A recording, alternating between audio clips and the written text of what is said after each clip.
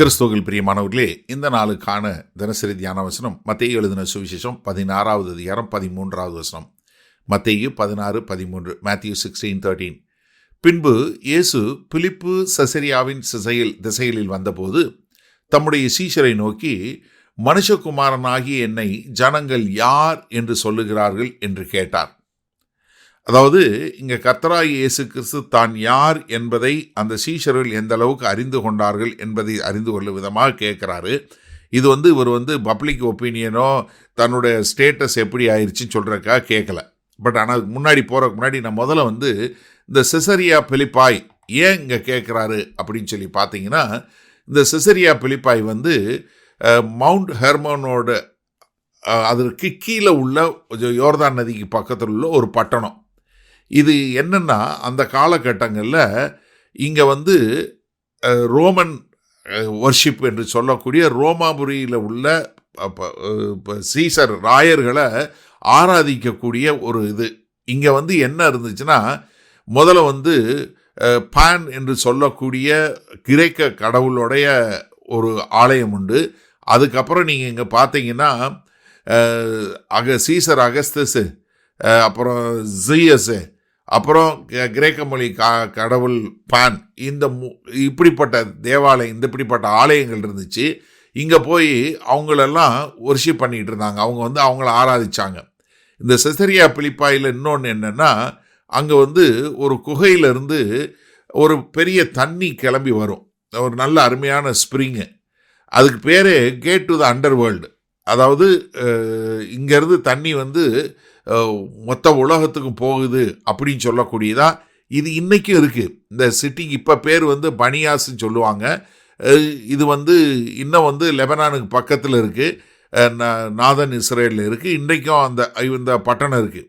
இந்த பட்டணத்தில் ராயனுக்கு ஒர்ஷிப் பண்ணிட்டு இருந்த ராயனை ஆராதிச்சுக்கிட்டு இருந்ததுனால தான் இந்த இடத்துல கண்டிப்பாக கர்த்தர் கேட்குறார். என்ன இது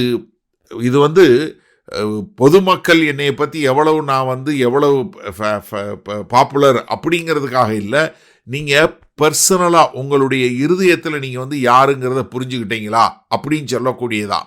ஏன்னா நிறைய பேருக்கு நிறைய கருத்துக்கள் இருக்கும், ஆனால் கொஞ்சம் பேருக்கு தான் உண்மையான வெளிப்பாடு இருக்கும். அப்போ இங்கே என்னென்னா, இங்கே அவங்ககிட்ட வந்தபோது தன்னை சொல்லும்போது மனுஷகுமாரன் என்று சொல்லக்கூடிய ஒரு காரியத்தை எடுக்கிறாரு. ஏன்னா அது தானியேலில் சொல்லப்பட்ட மேசியா என்பதற்கு அடையாளமாக சொல்லப்பட்ட ஒரு காரியத்தை எடுத்து தான் இங்கே கேட்குறாரு. உங்களுக்கு தனிப்பட்ட முறையில் என்னைய குறித்த வெளிப்பாடு இருக்கிறதா? ஏன்னா இங்கே தான் எவ்வளவு பாப்புலரு, இது அவருக்கு போலில் எத்தனை பேர் இவரை இது பண்ணுறாங்க அப்படின்னு சொல்லக்கூடிய என்ன காரணம்னா, இங்கே இயேசு கிறிஸ்து தன்னுடைய சீஷர்களை ஒரு ஆழமான வெளிப்பாட்டுக்குள்ளேயும் அவருடைய அடையாளமோ அவர் விட்டு செல்லக்கூடிய ஊழியத்தை குறித்தும் அவங்களுக்கு வெளிப்படுத்துவதற்காக முதல்ல இந்த காரியத்தை கேட்குறாரு. சரி, இதனால் இந்த வசனத்தை நம்ம எப்படி எடுத்துக்கொள்வது? அதாவது நம்ம மற்றவங்கள்ட்ட கேட்கறது ஒன்று, மற்றவங்க யார் என்ன சொல்கிறாங்க அப்படிங்கிற கேட்கணும் ஒருத்தரை பற்றி. ஆனால் இப்போ நீங்கள் உண்மையிலேயே அவர் யார் என்று அறிந்து கொள்ளக்கூடிய ஒரு காரியம்.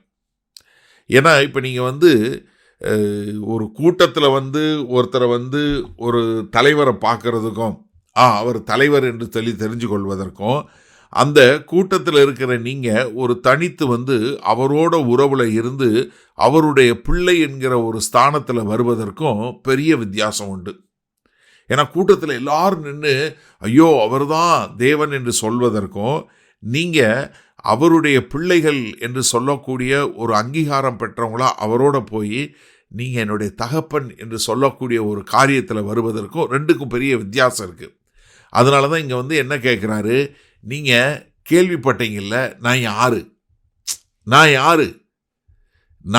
என்ன ஜனங்கள் யாருன்னு சொல்கிறாங்க, அவங்களுக்கு என்னை பற்றி என்ன தெரியும் என்று சொல்லக்கூடிய காரியத்தை கேள்வியாக கேட்குறார்.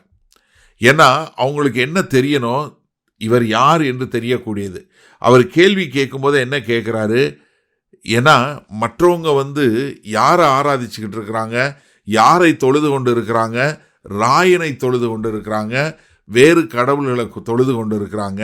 ஆனால் இப்போ உண்மையான தெய்வமாகிய நான் வந்திருக்கிறேன், நான் யாருங்கிற வெளிப்பாடு உங்களுக்கு வந்துருச்சா, இல்லை நீங்கள் சும்மா என் கூட இருக்கிறீங்களா என்பதை அறிந்து கொள்ளும் விதமாக, அவர்களை சிந்திக்க வைக்கும் விதமாக இங்கே கர்த்தராகிய இயேசு கிறிஸ்து அவங்கக்கிட்ட ஒரு கேள்வியை கேட்குறாரு. இதன் மூலமாக அவருடைய அடையாளத்தை தெரிந்து கொண்டு அவருடைய நோக்கத்தையும் அவருடைய தரிசனத்தையும் ஏற்றுக்கொண்டு செல்வதற்கு இது ஒரு நல்ல ஒரு தொடக்கமாக இருக்கும். அப்போ எனக்கு அருமையானவர்களே, இந்த நாளில் நம்மகிட்ட கேட்குற கேள்வி என்ன தெரியுமா? நீங்கள் இயேசு கிறிஸ்துவை பற்றி என்ன ஒப்பீனியன் வச்சுருக்கீங்களா, இல்லை வெளிப்பாடு வச்சுருக்கிறீங்களா? மகா கிருபையும் இரக்கம் நிறைந்த எங்கள் அன்பின் தகப்பனே, இதோ இயேசு நல்ல தேவன், இயேசு நல்லவர், இயேசு தேவன், இல்லை இயேசு அற்புதம் செய்கிறவர், அவர் நல்ல போதகர் என்பது ஆண்டவரே அது கருத்தாக இருக்கலாம். ஆனால் எங்களுக்குள்ள அவர் என்னுடைய தேவன், அவர் என்னுடைய தகப்பன் என்று சொல்லக்கூடிய ஒரு வெளிப்பாடு உள்ளவர்களாய் வாழ எங்களை ஒப்புக் கொடுக்கிறோம். இயேசு கிறிஸ்துவின் மூலம் பிதாவே, ஆமேன். கர்த்தர் உங்களை ஆசீர்வதிப்பாராக. நாம் இன்று மாலை மண்ணால் சந்திப்போம்.